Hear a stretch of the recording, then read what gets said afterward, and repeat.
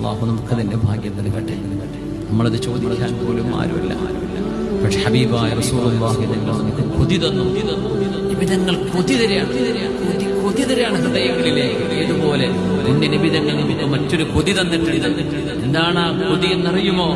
മൻ റആനി ഫിൽ മനാമി ഫഖദ് റആനി. എന്നെ സ്വപ്നത്തിൽ കാണുന്നവർ എന്നെ തന്നെയാണ് കാണുന്നത്.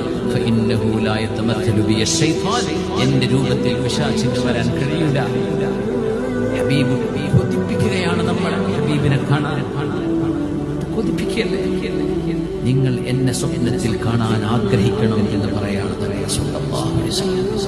മുഅ്മിനീങ്ങളെ കൊതിപ്പിക്കുകയാണ് റസൂലുള്ളാഹി. മൻ റആനി ഫിൽ മനാമി ഫസയറാനി യഖ്ള. എന്നെ സ്വപ്നത്തിൽ കണ്ടവർ ഹബീബിന്റെ റൂഹാനിയത്ത് കൊണ്ട് യഖ്ളത്തിൽ ഹബീബിനെ കാണാൻ ഭാഗ്യമുള്ളവരായിരിക്കും.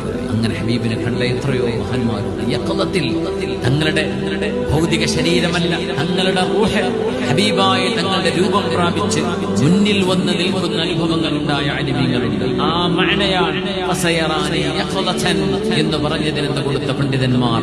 അതാണ് അതിന്റെ അർത്ഥം. ഇതാണ് പരലോകത്ത് കാണുന്നതും അതിനർത്ഥം തന്നെയാണ്.